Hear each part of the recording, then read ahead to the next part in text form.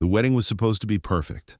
Rachel Plantner stood before the mirror in her ivory silk gown, adjusting the pearl-studded bodice for the 100th time that morning, completely unaware that by evening, her carefully orchestrated dream would become the most talked-about disaster. In Charleston social circles, Rachel Plantner was the epitome of Southern belle perfection. Blonde hair that caught sunlight like spun gold, a smile so practiced it could have been trademarked, and a life so meticulously planned that even her spontaneous moments were scheduled. Her wedding to Michael Harrison was no exception. Every detail had been curated with surgical precision. The ballroom with its ivory columns and crystal chandeliers, the live harpist positioned beneath cascading white roses, the bridesmaids in dusty rose gowns that complemented her complexion, champagne with actual gold flakes floating like fairy dust in crystal flutes. Everything screamed refinement, elegance, old money sophistication, everything except charity. Charity Grant was the one variable Rachel couldn't quite control. The only black woman in her bridal party, she stood tall with natural curls that defied taming and a confidence that needed no rehearsal. During the dress fitting, she had looked stunning in the dusty rose bridesmaid gown, but Rachel couldn't shake the feeling that something was off. Not wrong exactly, but different. Too noticeable.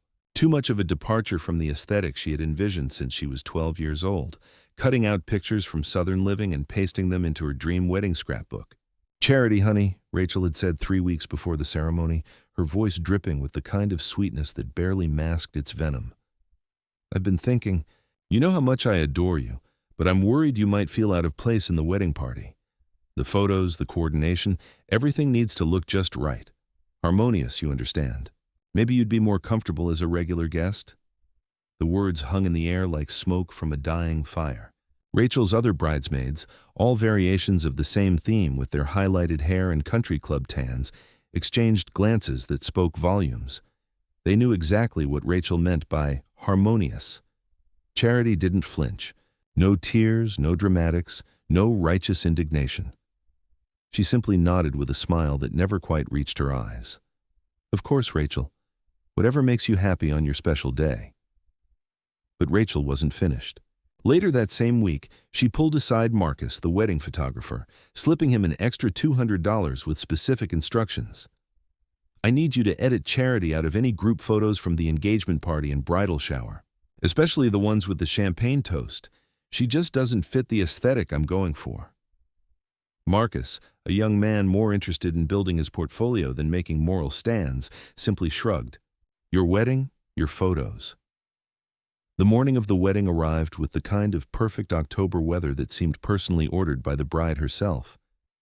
The Garden Estate, Charleston's most exclusive venue, buzzed with activity as florists made final adjustments to towering arrangements and caterers prepared to serve 200 of the city's most prominent families. Rachel felt the familiar thrill of control as she surveyed her domain, checking and double-checking that every element matched her vision. Charity arrived exactly as the ceremony was beginning, slipping quietly into the back row, wearing a simple emerald green dress that somehow managed to be both understated and elegant. She didn't draw attention to herself, didn't pose for photos, didn't mingle with the crowd. She was just there, present but invisible, exactly as Rachel had wanted. But something strange began happening as the afternoon progressed. The head waiter, usually reserved in his professionalism, stopped by Charity's table with a warm smile. "Ms. Grant, so wonderful to see you again. Thank you for recommending us to your clients. The Hartford wedding last month was absolutely magical." The event coordinator, a woman Rachel had hired specifically for her reputation for discretion, paused beside Charity's chair. "Everything looks perfect, doesn't it? Your design choices were impeccable as always." Even Michael's father, Judge Harrison, a man who rarely acknowledged anyone below his social station, made a point of stopping by Charity's table during cocktail hour. "Charity, my dear, thank you for making this possible. Michael told me how you stepped in when things got complicated. We're grateful." Rachel, busy posing for photos and accepting congratulations, missed these interactions entirely. She was too focused on ensuring her smile hit the right angle for each shot, that her dress train spread perfectly, that every moment was captured exactly as she had envisioned. Michael, however, noticed. Standing at the altar as the ceremony began, his eyes found Charity in the back row, and something shifted in his expression. The confident smile wavered for just a moment, replaced by something that looked suspiciously like guilt. He whispered something to his best man, who nodded grimly and slipped away from the altar. The ceremony proceeded flawlessly. Rachel glowed as she recited her vows, her voice clear and confident as she promised to love and honor the man who had captured her heart during their junior year at the University of South Carolina. Michael's responses were appropriately romantic, though perhaps lacking some of the enthusiasm expected from a groom. The kiss was picture perfect, the recessional triumphant, the receiving line a parade of air kisses and congratulations. Dinner was served without incident. Rachel made her rounds, accepting praise for the stunning venue, the exquisite flowers, the flawless coordination. Everything was going exactly according to plan, until the slideshow began. "Ladies and gentlemen," announced the DJ after the father of the bride's toast, "please direct your attention to the screen for a special presentation celebrating the love story of Michael and Rachel." The lights dimmed, and the large screen at the EUSR front of the ballroom flickered to life. Rachel settled back in her chair, anticipating the carefully curated collection of photos that told the story of their romance. She had spent hours selecting each image, ensuring that every shot captured their relationship in the most flattering light. The presentation began predictably enough. Childhood photos of both bride and groom, awkward teenage shots, college graduation pictures. Then came the photos of their courtship, romantic dinners, weekend getaways, holiday celebrations. Rachel smiled as she watched their love story unfold on screen, exactly as she had planned. Then everything went wrong. A photo flashed on screen that made Rachel's blood run cold. It was from her engagement party 6 months ago, showing her laughing with her bridesmaids over champagne. But there, in the center of the group, was Charity, her arm around Rachel's shoulders, both women grinning at the camera. The photo Rachel had specifically paid to have removed. "That's strange," she whispered to Michael, but he was staring at the screen with an expression she couldn't read.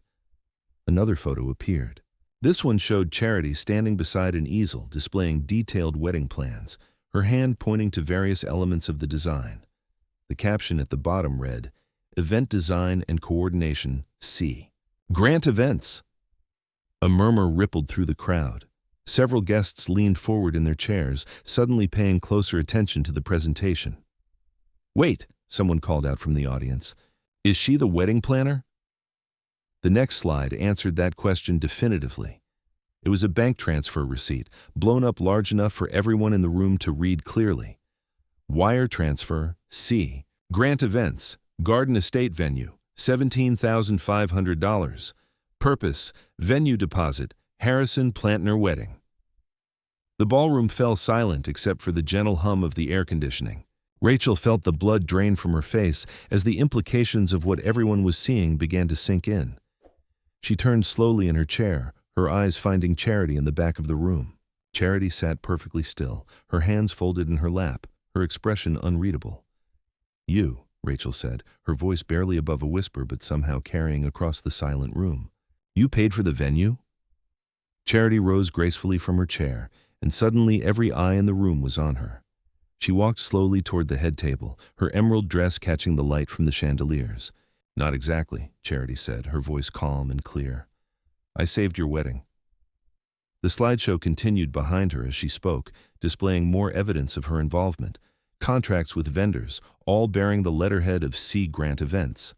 Email chains showing her coordinating with florists, musicians, caterers, photos of her at the venue during setup, directing workers, adjusting details. "Rachel, do you remember 3 months ago when the original venue canceled?" Charity asked, stopping just a few feet from the head table. "When Michael's funding fell through and you were facing the possibility of calling off the wedding entirely?" Rachel's mouth opened and closed, but no sound came out. "You called me crying at 2 in the morning. You said your dream was falling apart, that you couldn't bear the shame of canceling with invitations already sent. You begged me to help you find a solution." The room was so quiet that the soft sound of Charity's heels on the marble floor seemed to echo like gunshots. "So I did what friends do. I used my connections in the event planning industry to secure this venue on short notice. I coordinated with every vendor to ensure they could accommodate the date change. And yes, I fronted the deposit when the financial situation became complicated, because I believed in your happiness more than you believed in our friendship." Michael stood abruptly, his chair scraping against the floor. Charity, I told you we would pay you back. The contracts are all legitimate, Charity finished. This isn't about money, Michael. This is about being erased from a story I helped write. She turned back to Rachel, who had gone completely pale. Do you remember freshman year, Rachel? When I couldn't afford my textbooks and you shared yours with me? When you said, "We're in this together, and together we'll succeed." I believed you. I thought that's what friendship meant. The slideshow had moved on to more recent photos, images from the bridal shower and bachelorette party that Rachel thought had been eliminated. In every one, she and Charity looked like genuine friends, laughing together, supporting each other, celebrating together. But apparently, Charity continued, friendship has different definitions for different people. For some, it means being there through the hard times and celebrating the good ones. For others, it means being useful when needed and invisible when convenient. Rachel finally found her voice. Charity, you never meant for anyone to know, Charity said simply. You were perfectly happy to accept my help, my connections, my financial support. You just didn't want anyone to see me receive credit for it. The weight of 200 pairs of eyes settled on Rachel like a physical force. She could feel the judgment radiating from every table, could see the whispered conversations beginning as guests processed what they had witnessed. Judge Harrison cleared his throat. Perhaps we should take a brief intermission, he suggested, his voice carrying the authority of someone accustomed to controlling courtrooms. But it was too late for damage control. Phones had already emerged from purses and jacket pockets. The distinctive sound of cameras clicking and videos recording filled the air. Someone had already started live streaming on Instagram. Within hours, the footage would be viral. WeddingGate would trend on Twitter. The story would be picked up by gossip blogs and eventually mainstream news outlets, all asking the same question. How could someone erase their friend from their own wedding while accepting their help behind the scenes? But in that moment, standing in the Garden Estate ballroom surrounded by Charleston's elite, Rachel felt something she had never experienced before, the complete collapse of her carefully constructed image. Guests began to leave during the main course, not all at once, but in a steady trickle that spoke volumes about their comfort level with the evening's revelations. The conversations that remained were muted, awkward, filled with the kind of tension that settles over a room when everyone knows they've witnessed something they shouldn't have. Michael never gave his planned speech. The photographer packed up his equipment early, claiming a family emergency. The cake cutting was perfunctory, attended by perhaps half the original guest list. Rachel found herself sitting at the head table, still in her $8,000 wedding gown, watching her perfect day dissolve around her. The champagne with gold flakes sat untouched, the live harpist had long since stopped playing, and the carefully arranged flowers seemed to wilt before her eyes. Charity had left during the dinner service, slipping out as quietly as she had arrived. She didn't say goodbye, didn't make a scene, didn't gloat over the chaos she had inadvertently created. She simply collected her small purse and walked out into the Charleston night, leaving behind a room full of people who would never look at Rachel Plantner the same way again. The next morning, videos from the wedding began appearing on social media. Not professional footage from the hired videographer, but shaky phone recordings of the slideshow, of Rachel's shocked face, of Charity's dignified confrontation. The captions varied, but they all told the same story. When you erase your friend from your wedding photos, but she's written into your life in permanent ink. Within a week, Grant Events had received dozens of new inquiries from potential clients. Charity's phone rang constantly with requests for interviews, offers for reality show appearances, and invitations to speak at conferences about friendship, betrayal, and standing up for yourself with grace. Rachel, meanwhile, found herself fielding very different kinds of calls. Apologies to make, explanations to give, relationships to attempt to repair. The perfect wedding she had planned so meticulously had become a cautionary tale about the dangers of valuing image over integrity. 3 months later, Charity opened a second office for her event planning company in Savannah. Her first major client was a young couple who specifically requested her services after seeing her story go viral. "We want someone who understands what real celebration looks like," they told her. Rachel moved to Atlanta, claiming she needed a fresh start. She got a job at a marketing firm and kept a low profile, slowly learning to value authenticity over appearance. On quiet evenings, she sometimes scrolled through old photos on her phone. stopping at pictures of her and Charity from their college days, wondering how friendship had gotten so complicated. The Garden Estate still hosts weddings every weekend, but the staff has a new story they tell about the importance of treating every guest with respect. Marcus, the photographer, developed a policy of never editing people out of photos unless they specifically request it themselves. And somewhere in Charleston's social circles, people still whisper about the wedding where the invisible woman turned out to be the most important person in the room. Because sometimes the most powerful person at an event isn't the one in the spotlight, but the one who made the spotlight possible in the first place. And sometimes justice doesn't come with a gavel or a verdict, but with a slideshow and the simple truth that friendship, real friendship, cannot be cropped out of a photograph or edited out of a life. The story became legend, not because of the drama or the social media frenzy, but because it reminded everyone who heard it of a fundamental truth. The people we choose to honor or dismiss in our moment of triumph reveal far more about our character than any carefully staged photograph ever could.